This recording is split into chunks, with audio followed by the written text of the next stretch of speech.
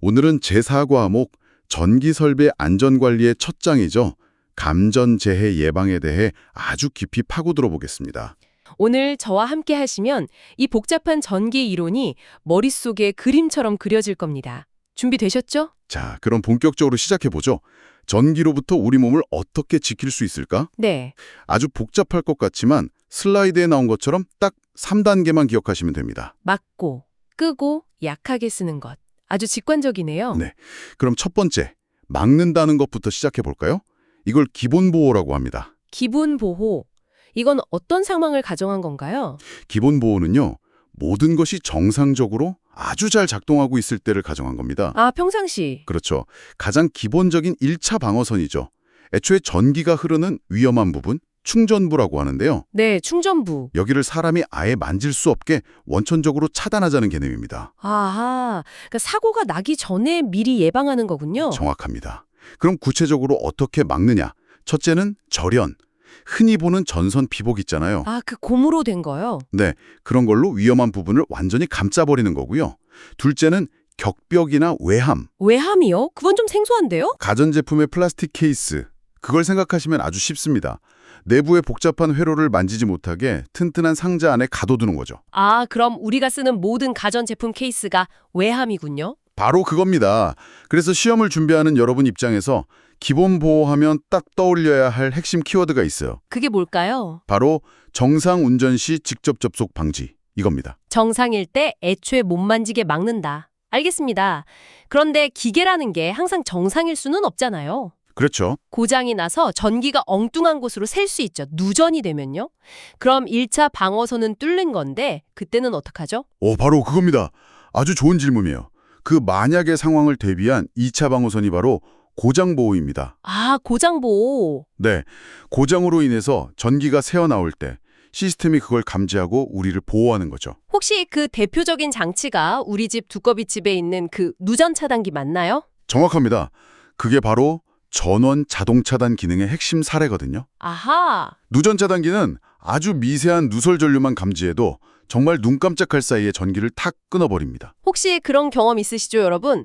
욕실에서 헤어드라이어 쓰다가 물이 튀어서 집 전체가 정전된 경험. 네, 바로 그게 누전 차단기가 여러분의 생명을 구한 고장 보호의 순간인 겁니다. 와, 정말 아찔한 순간이었네요. 그럼 고장 보호의 핵심은 고장 시에 자동으로 차단한다. 맞습니다. 자, 그럼 이제 마지막 세 번째 원칙, 약하게 쓴다. 이건 가장 근본적인 해결책처럼 들리는데요. 네, 맞아요. 특별 저압 보호라고 불리는데요. 발상을 아예 전환해서 만약 감전되더라도 인체에 전혀 해롭지 않은 낮은 전압을 쓰면 어떨까? 여기서 출발한 겁니다. ELV 익스트라 로우 볼티지라고 하죠. 아, ELV. 우리가 쓰는 건전지나 스마트폰 충전기 같은 거요. 1.5V나 5V는 만져도 아무렇지도 않잖아요. 바로 그겁니다.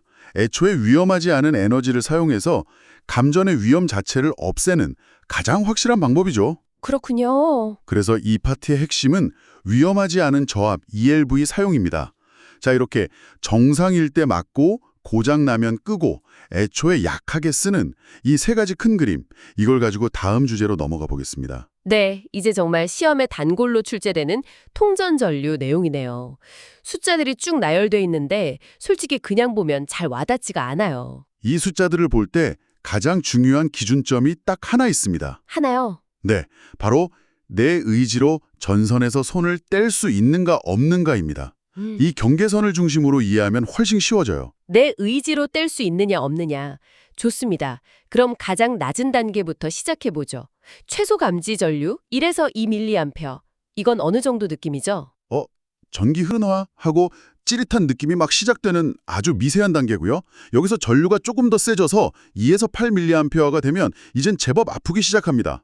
그래도 아직은 참을 수 있고 당연히 선도 뗄 수 있죠. 자, 그럼 그 중요한 경계선은 어디서부터 시작되는 겁니까? 바로 이탈 가능 전류입니다. 8에서 15mA, 한자로는 가수 전류라고도 하는데요. 가수 전류. 내 의지를 따를 수 있다는 뜻이죠. 이게 왜 중요하냐면 2단계부터 우리 몸의 근육이 내 의지와 상관없이 수축하기 시작하거든요. 손이 저절로 꽉 쥐어진다는 말씀이시죠? 네, 그렇죠.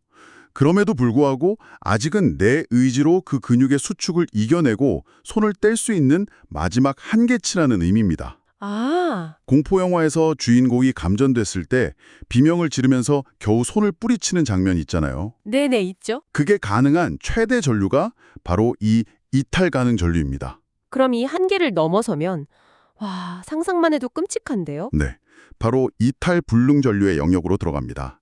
15에서 50mA, 불수 전류라고도 하죠. 불수. 따를 수 없다. 네, 이제 내 의지를 따를 수 없는 상태가 된 겁니다. 근육이 완전히 마비돼서 전선을 잡은 손이 펴지지 않고 그대로 들러붙는 교착 상태에 빠지는 거죠. 영화에서 보던 사람이 전선에 붙어서 부들부들 떠는 장면이 바로 이 상태군요. 맞습니다. 스스로는 아무것도 할 수 없는 거예요. 그리고 이보다 더 위험한 생명을 직접적으로 위협하는 전류가 바로 심실세동 전류입니다. 심실세동. 100mA 이상부터인데요. 우리가 쓰는 일본 스마트폰 충전기가 보통 2000mA 정도를 출력하거든요. 네. 물론 전압이나 저항 조건이 다르지만 단순 수치로만 봐도 충전기 전류의 5% 정도만 심장으로 흘러도 사람의 심장을 멈추게 할 수 있다는 뜻입니다. 충전계 전류의 5%요? 정말 충격적인데요? 그렇죠. 심장은 아주 미세한 전기 신호로 뛰는데 외부에서 강력한 전류가 들어오면 이 시스템이 완전히 교란돼 버리는 겁니다. 아, 심장이 제대로 펌프질을 못하고 가늘게 경련만 하는 상태. 이걸 심실세동이라고 하고 사실상 심장마비와 같습니다. 그럼 100mA는 사망과 직결되는 숫자로 반드시 기억해야겠네요. 네, 다음은 퓨즈 이야기네요. 퓨즈는 뭐 과전류가 흐르면 자기가 대신 녹아서 비싼 기계를 보호하는 그런 착한 부품 정도로 알고 있는데 이게 또 포장과 비포장으로 나뉘네요. 네, 왜 굳이 이렇게 나누냐면요. 퓨즈가 녹아서 끊어지는 그 순간 아주 작은 불꽃, 아크가 발생합니다. 아, 불꽃이 튀는군요. 네, 평소엔 문제가 안 되지만 만약 주변에 인화성 가스라도 있다면 이 작은 불꽃이 대형 폭발의 원인이 될 수 있겠죠. 아, 포장 퓨즈는 바로 그런 위험을 막기 위해 퓨즈 소자를 안전한 케이스 안에 밀봉한 겁니다. 안전을 위해 옷을 입혔다. 이렇게 생각하면 되겠네요. 그럼 포장을 했으니 아무래도 좀 더 튼튼하겠어요. 맞습니다. 그래서 더 잘 버텨요. 전격 전류의 1.3배까지는 끊어지지 않고 버티고 2배의 전류가 흘렀을 때 120분, 즉 2시간 이내에 끊어지도록 설계되어 있습니다. 와, 2시간이나 버티네요. 그럼 반대로 비포장 퓨즈는 옷을 안 입었으니 훨씬 약하고 예민하겠군요. 그렇죠. 포장이 없으니까 상대적으로 약하고 더 빨리 반응해서 회로를 보호해야 합니다. 그래서 전격 전류의 1.25배만 되어도 끊어질 수 있고요.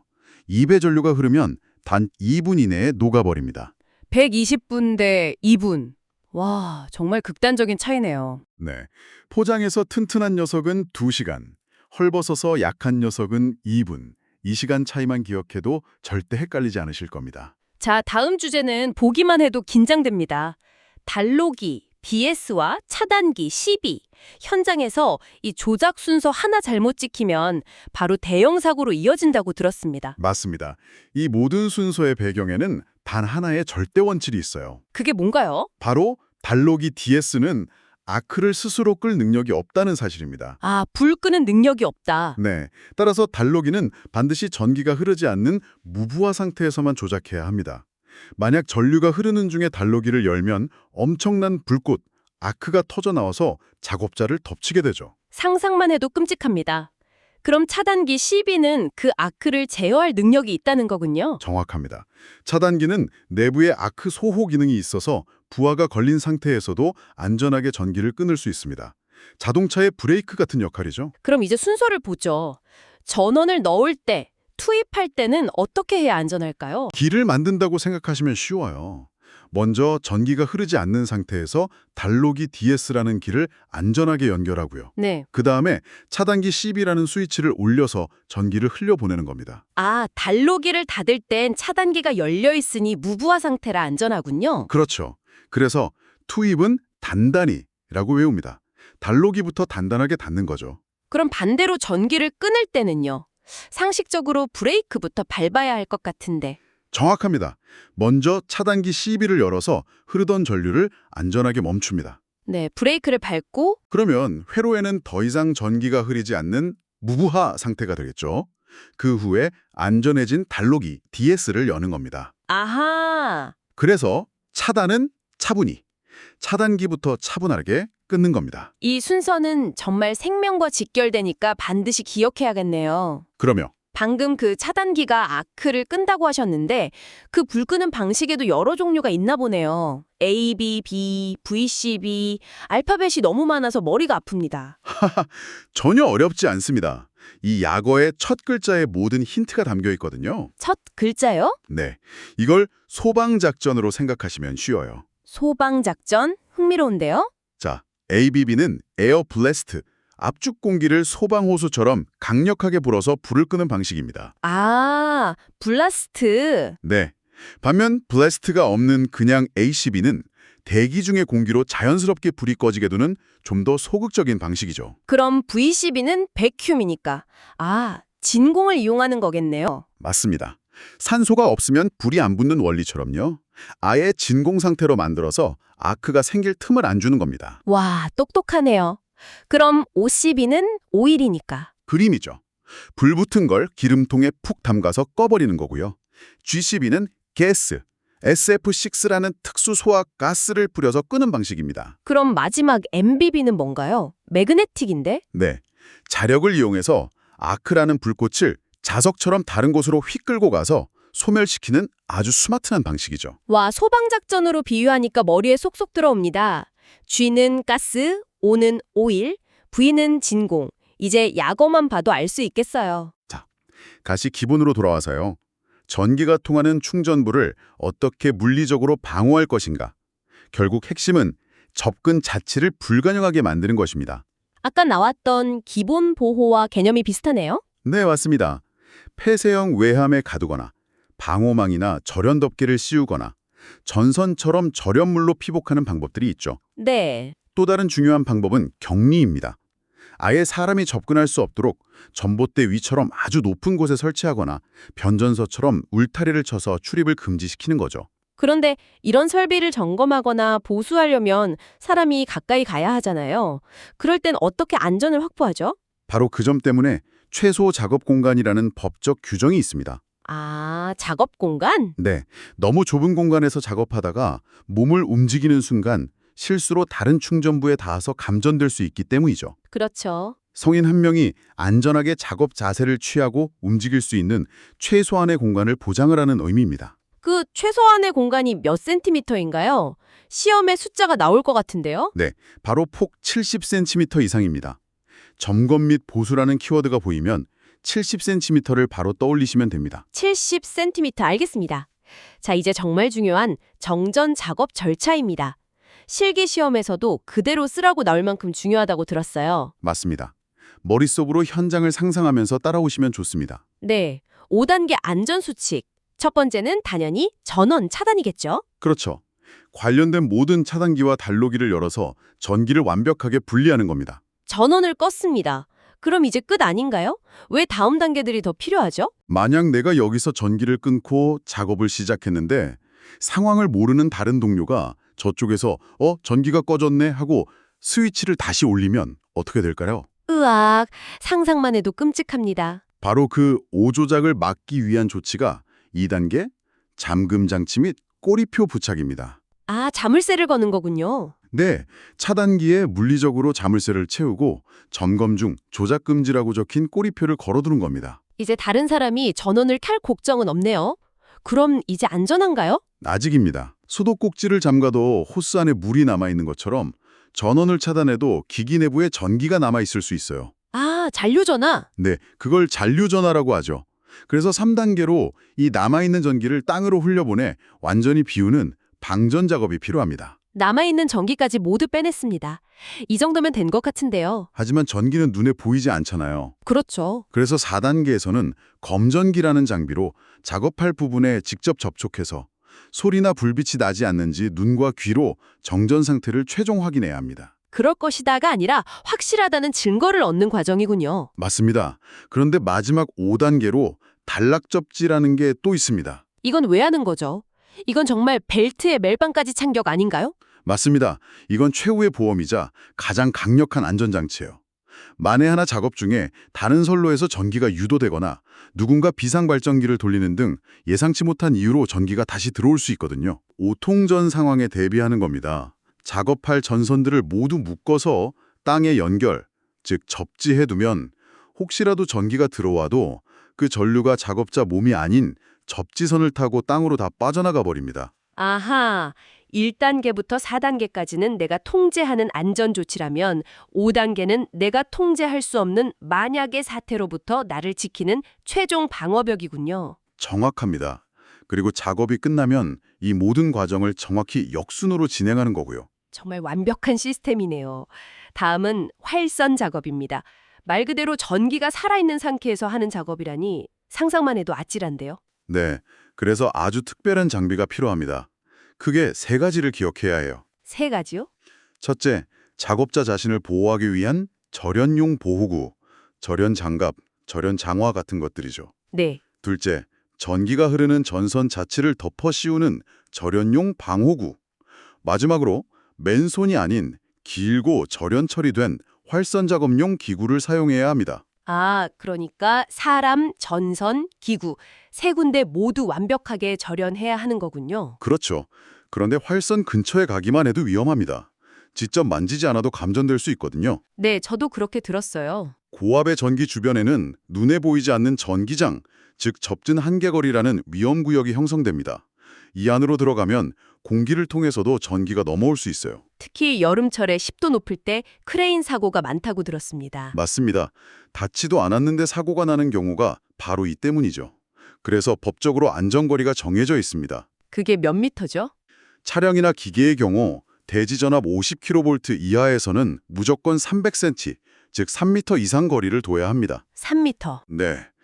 그리고 전압이 더 세져서 50kV를 넘어가면 10kV가 증가할 때마다 10cm씩 더 멀어져야 한다는 규칙이 있습니다. 사람의 경우는 좀 더 복잡한 표로 나와 있네요. 이걸 다 외워야 하나요? 시험에 정말 자주 나오는 핵심적인 숫자 몇 가지만 확실히 기억해 두시면 좋습니다. 네, 콕 집어주시죠. 비교적 낮은 전압인 0.75kV 이하에서는 30cm, 15kV 이하에서는 60cm, 그리고 37kV 이하에서는 90cm. 30, 60, 90. 네, 이 숫자들은 단순한 거리가 아니라 생명을 지키는 최소한의 법적 방어선이라고 생각하고 반드시 기억해 두셔야 합니다. 자, 오늘 정말 많은 내용을 깊이 있게 다뤄봤습니다. 전류의 치명적인 숫자들부터 생명을 지키는 정전 작업 5단계 철칙, 그리고 눈에 보이지 않는 벽인 접근 한계 거리까지. 머리가 조금 복잡하실 수도 있겠네요. 하지만 오늘 나눈 이야기의 핵심을 다시 한번 짚어볼까요? 첫째, 내 몸의 통제권을 잃게 되는 이탈 불능 전류와 심장을 멈추게 하는 100mAh는 단순한 숫자가 아닌 생명의 경계선이라는 것. 네. 둘째, 정전 작업의 5단계, 차단, 잠금, 방전, 확인, 접지는 순서가 곧 안전이라는 것. 마지막으로 고압선 근처에서는 3m라는 거리가 나와 동료를 지키는 보이지 않는 방어벽이라는 사실입니다. 그럼 마지막으로 오늘 내용이 여러분의 머릿속에 잘 새겨졌는지 함께 최종 점검 한번 해볼까요? 제가 질문을 드릴 테니 속으로 답을 외쳐보세요. 첫 번째 질문입니다. 정전 작업 5단계 중 남아있는 전기를 제거하는 잔류전화 방전, 바로 다음에 해야 할 일은 무엇일까요? 네, 정답은 검전기로 확인이죠. 방전됐을 거라고 믿는 게 아니라 기계로 직접 확인해서 증거를 확보해야 합니다. 마지막 질문입니다. 심장마비를 일으켜 사망에 이르게 할 수 있는 심실세동 전류의 기준값은 얼마 이상이었나요? 맞습니다. 100mA 이상입니다. 우리 몸의 전기 시스템이 얼마나 섬세한지 정말 중요한 숫자죠. 오늘 복잡한 이론 이해하느라 정말 고생하셨습니다. 여러분의 합격을 진심으로 응원합니다.